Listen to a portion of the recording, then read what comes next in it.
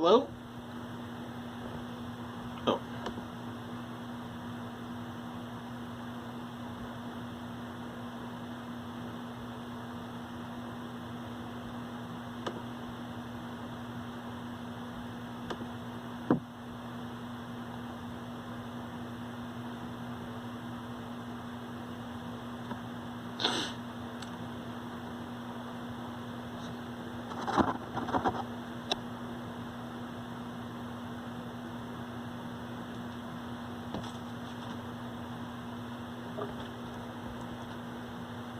Hi, Cyrus. Are you there? I can hear you now, yes.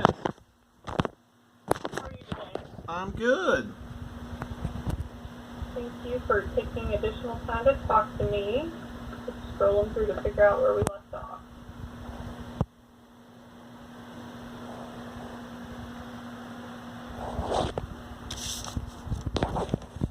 Taylor, I had a note that I wanted to follow up with.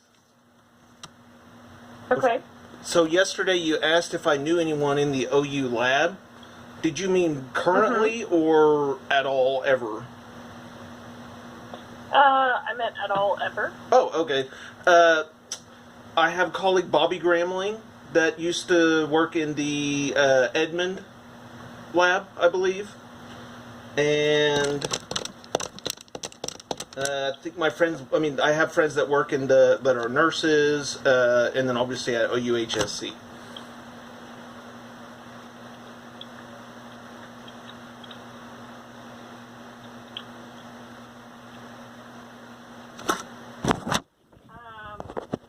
said Bobby Gramling. Yes, he was some kind of supervisor or something in Edmond. Did you discuss his experience in the lab with him? Pardon me? Did you discuss his experience working in the lab with him?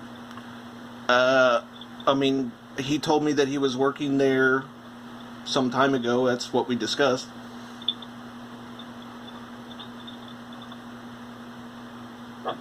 Did he share any complaints about safety? I'm not going to speak for anybody else.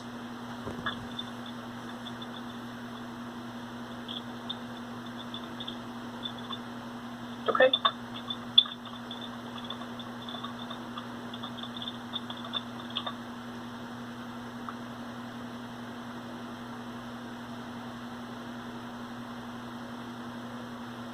I just wanted to make sure, because when you originally asked yesterday, I thought you meant working in the lab now.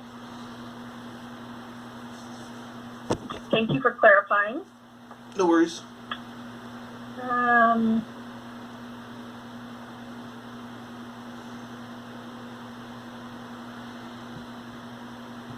think the next topic was about PPE.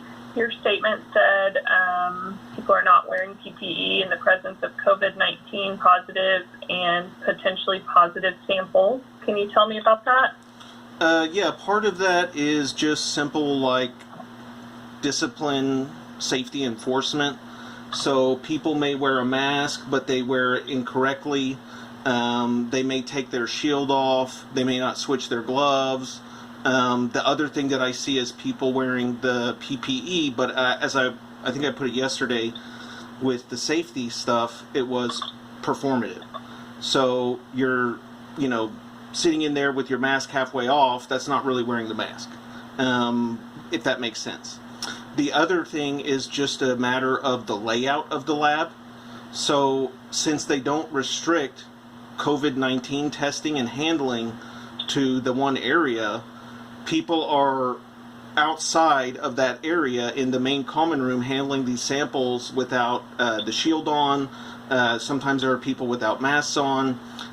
So it's half a function of enforcing the rules as they are, and then the other half is, designing the workflow so that the most dangerous, COVID-19 handling steps are isolated from the main lab. Because somebody might, be working on some kind of bacterial culture, and they don't assume that they need to wear full PPE. Meanwhile, somebody had just set a rack of COVID-19 samples on that bench.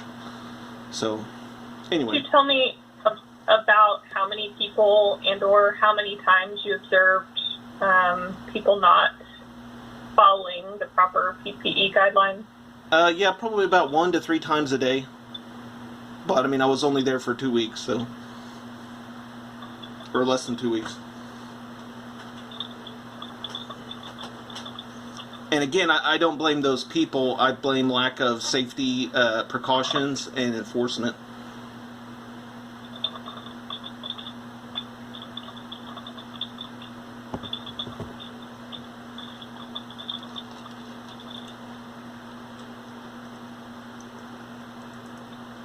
When working with a COVID-19 sample, can you please explain to me what the proper PPE is? What are the required pieces of PPE?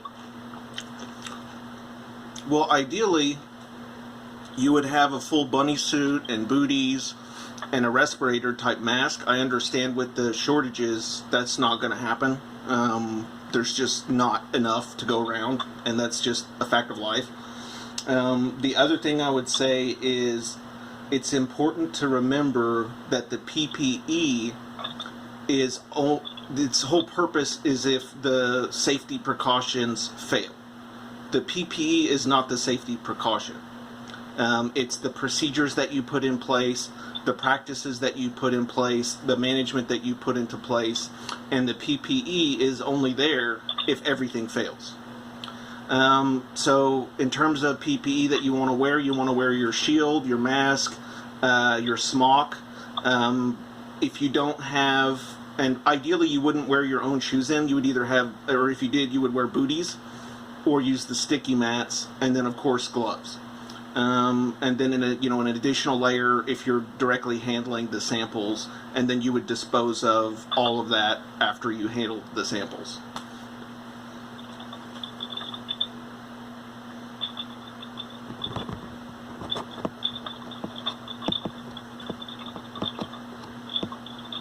What are the regulations or standards that have to be met for handling COVID-19 samples? So I believe the CDC recommended BSL-3 or BSL-2 enhanced.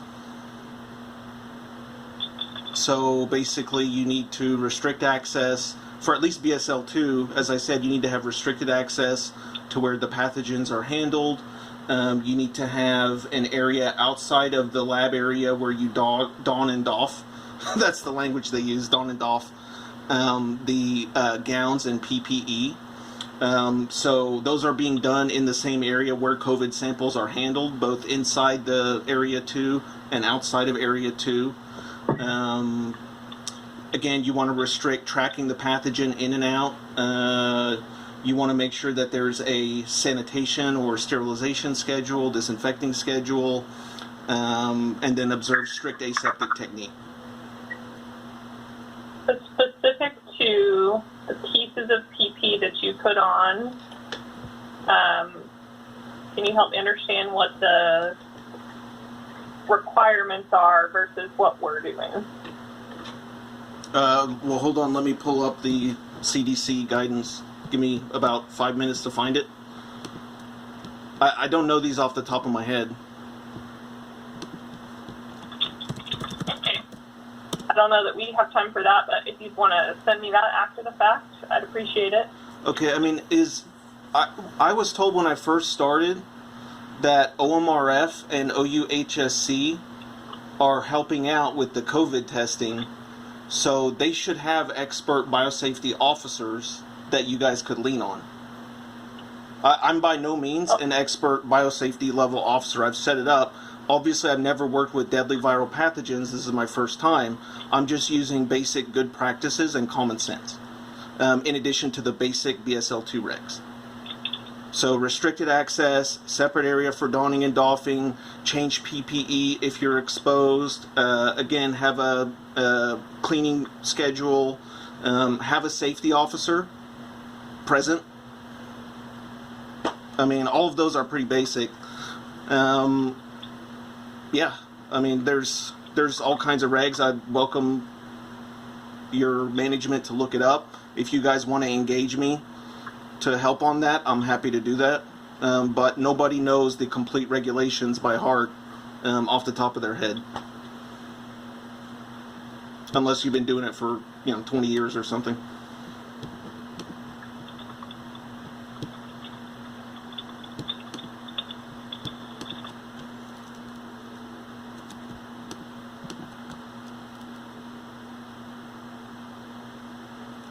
Okay.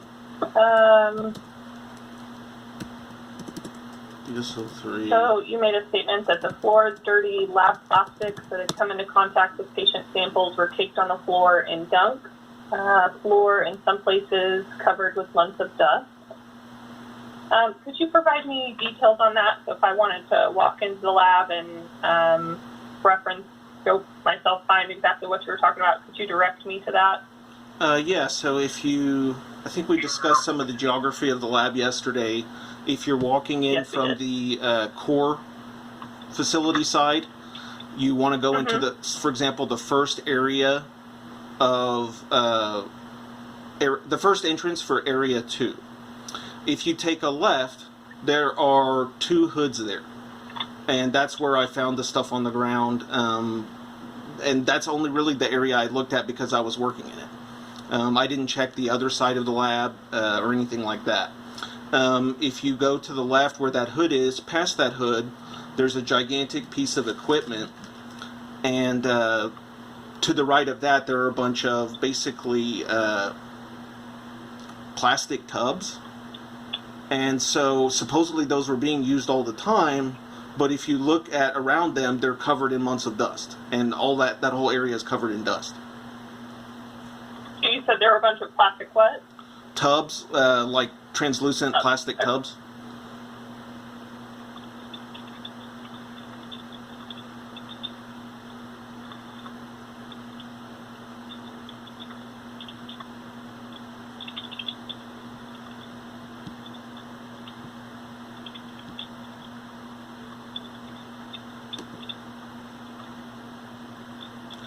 Yeah, so for example, biosafety level 3, all procedures involving the manipulation of infectious materials are conducted within biological safety cabinets or other physical containment devices.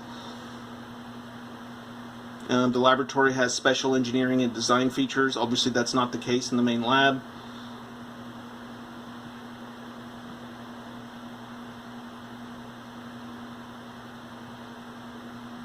You said you also saw used pipette tips under a biosafety cabinet.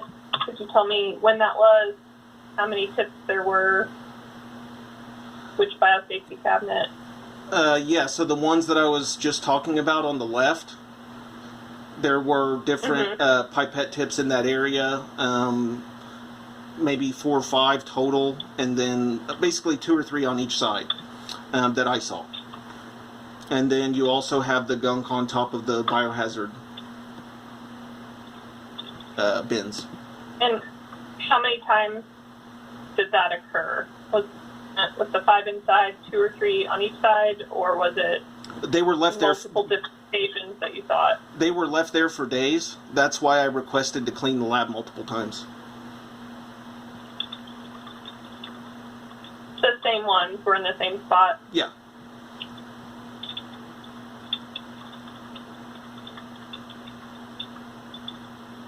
It's like, if you were cleaning your house and you didn't look in the hard-to-reach areas, you just, did the bare minimum and swept, and then, you know what I'm talking about. I mean, that it would be the same thing as if you're cleaning your house and you don't go, between the fridge and the counter or, between appliances, stuff like that.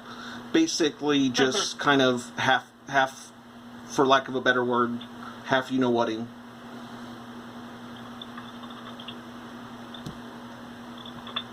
Okay.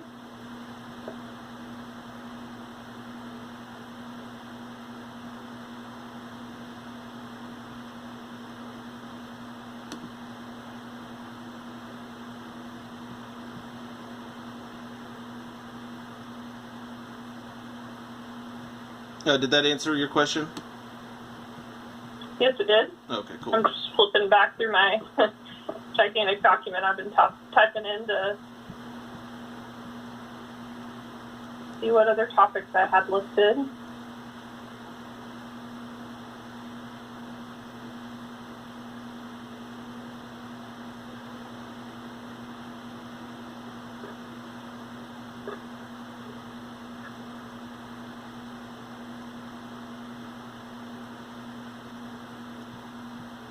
Okay. When do you believe that you were first negatively impacted for reporting safety concerns? Let me think. Probably a little bit on the first week, and then throughout the week of the first through basically the third, I started getting the veiled threats and stuff.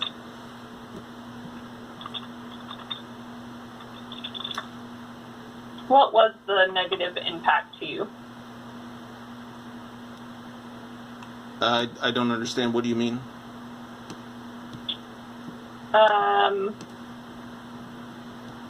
So, I mean, I could make assumptions based on everything we've talked about, but I want to allow you to state it in your own words. What was the actual negative impact of the things that you described, like veiled threats and retaliation?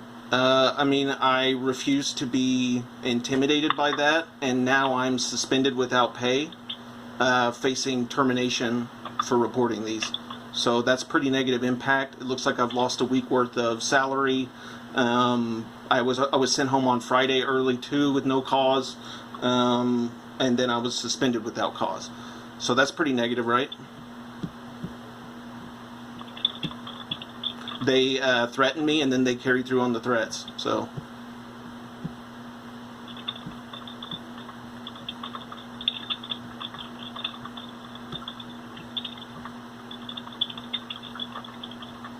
To more specifically answer your question, I would say the major time that I felt that way was when Dr. McCluskey took the pipetters away, and then I was reprimanded by Sarah Jonas Bond the next day. So that's kind of when, I was like, okay, this is threats, people are reprimanding me for going above and beyond. I don't know if it's because they think I'm stepping on their toes, or they just don't want to mess with this stuff. They probably, got their own little system that they've been doing for decades, and I'm messing with that. I mean, who knows? I don't know. I'm not inside their head. I can't read their mind, so I don't know. You stated that the reason for suspension was due to retaliation. Do you believe there's any other reason for the suspension? No.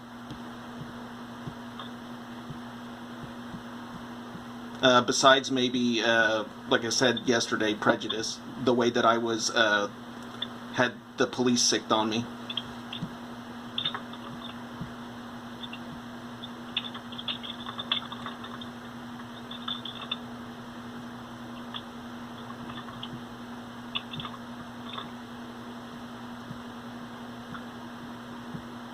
How else has this impacted you? Has it had a personal impact? What do you mean? I'd look for you to tell me, just trying to understand the full scope of how these actions have, how you feel these actions have impacted you in your own words. You don't have any? That's fine. No, I do. I mean, I was personally exposed unnecessarily to COVID-19 10 times more than I needed to be. I was basically told to shut up, stay in my, know my place, stay in my place, or you can quit. I was treated with disrespect. I was treated with disdain whenever I tried to help.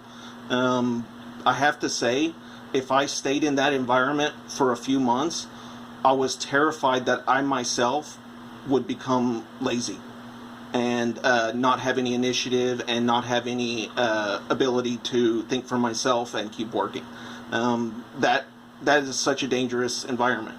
On top of that, you have the humiliation from being publicly fired over speakerphone and having a policeman sicked on me. So yeah, I mean, there's a lot of personal impact. If you volunteered for a very low paid position to be of service, and people treated you like this whenever you tried to help, how would you feel?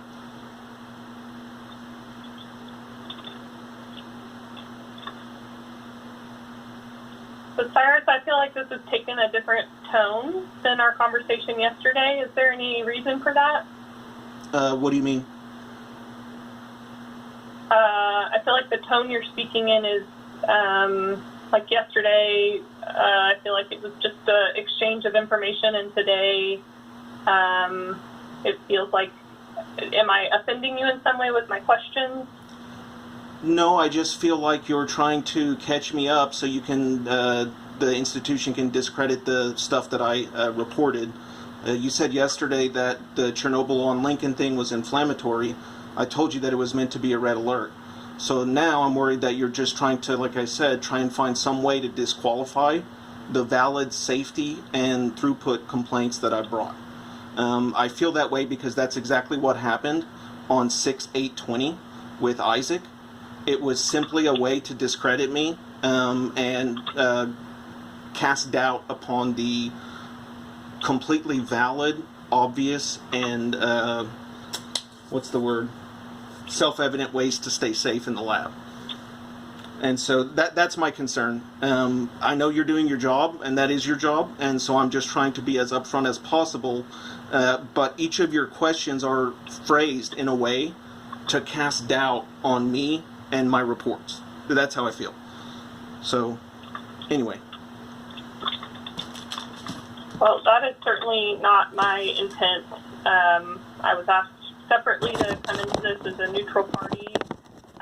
My perception of our conversation are open-ended questions, and you, which I repeatedly thanked you for giving me as much information you have and taking time to explain things to me, which I do still appreciate. The intent of my question yesterday was, I think, was just surface level what it was, to understand what the intent of that was. I'd like to move forward, maybe resetting a little bit, as these questions are really just to seek information from you. Okay, fair enough. So sorry. No need to apologize. I just wanted to maybe reset us a little bit. That's good. That's good.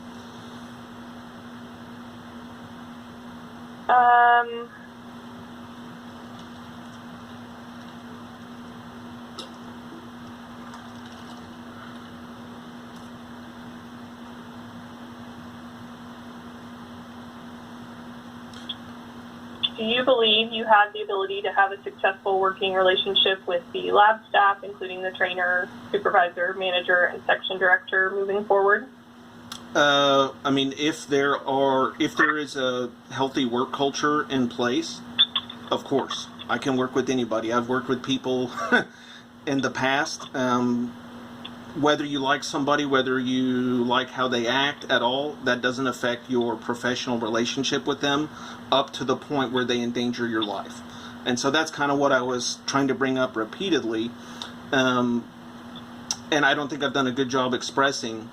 I'm behaving this way because it is a life or death issue, and because it does have such impact, and because the organism itself is not fully understood, the virus is not fully understood. As long as there is a basic culture of respect, of mutual rule following, if the employee or supervisee follows the rules, the supervisor should also follow those rules. So as long as there is that sort of environment and safety is taken seriously, and the other thing is this. Yes, I signed up as a lab scientist, which is low on the totem pole, but the way that I put it to them was, okay, you're paying me $50-something thousand a year, and you're getting all of this knowledge, all of this expertise, all of this stuff for free. So why not take advantage of it? And so in an emergency, if you're in an emergency life or death situation, and there are resources and ways to improve the safety and the odds of your success, and somebody refuses to take it, I can't work in that environment. I can't work where people purposely do things the wrong way to CYA. Does that make sense? Sure. and I think I put this in my report, I try to work at a high level. If I'm not able to work on a high level, I won't do it. For me, it's important to, whatever task you do, don't do the minimum, because as I said, we're in an emergency situation. If we're testing like 10 or 15 herpes tests a day, there's probably wiggle room to do things the old way or the inefficient way or whatever. But when we're handling, now we want to handle thousands and thousands of COVID-19 samples, we can't act like jobbers. We can't clock in, clock out on a pandemic emergency. Does that make sense? Sure.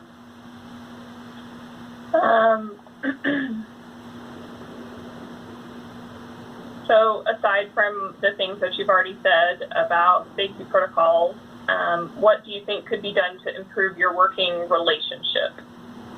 As I said, a basic level of respect. So I went into this really, really, really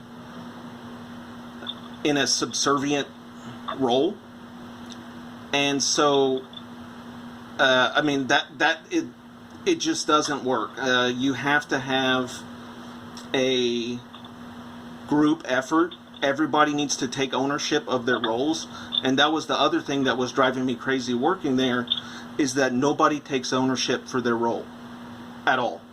Whether the scientists are not forced to do that, they in turn put it on the section manager. The section manager refuses to take ownership and blames it on Sarah Jonas Bond. Sarah Jonas Bond refuses to take ownership and puts it on Dr. McCloskey, and so on and so forth. And so there's no culture of ownership. There's no culture of being responsible to your coworkers, to your supervisees, and of course, obviously, to the patient and the patient result quality. So if there's a culture of that implemented, I think I can have a very, very, very successful relationship over the next 6 months or 12 months, or, assuming that you don't terminate me. So absolutely, but I will insist on safety. I will insist on efficiency. The other thing that I can't stand is inefficiency, and as I spoke about it a little bit yesterday, the learned helplessness. Refusing to improve the process and safety of your workplace that you work in every day because you're terrified of your manager. That's a disaster waiting to happen. So assuming that reasonable level of changes are implemented, I would be happy to work with them. Maybe they don't want to work with me. That's probably understandable after I reported them. But to my credit, I really did, and Taylor, seriously, I really did try to catch flies with honey first, and I really did try to, I don't have an MBA, I'm just learning as I go, and so I was trying to get buy-in, but at each time I got buy-in or tried to convince people the right way, I was met with either fear or threats. So if that can change, then yeah. But the safety thing is the main thing. In terms of efficiency, like I said, we're trying to do thousands, and I know I'm a low-level person, and it's not up to me. But without fixing these basic processes and management and approach and taking ownership of what you do, I don't see any way that we're going to be able to process thousands of tests daily. If you have a sense of learned helplessness, you can have 100 robots and you still won't be able to process those. And if you do, you won't be able to process them with high quality data.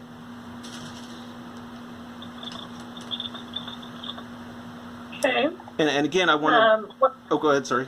Go ahead. Nope, go ahead. Oh, I was going to say, I'm not an expert at anything. I only have a bachelor's. I have some experience. But I'm not claiming to be an expert in any way. I'm just saying I do know enough to know that we need to lean on experts and their opinion here. Does that make sense, that distinction? Yes. Okay, cool.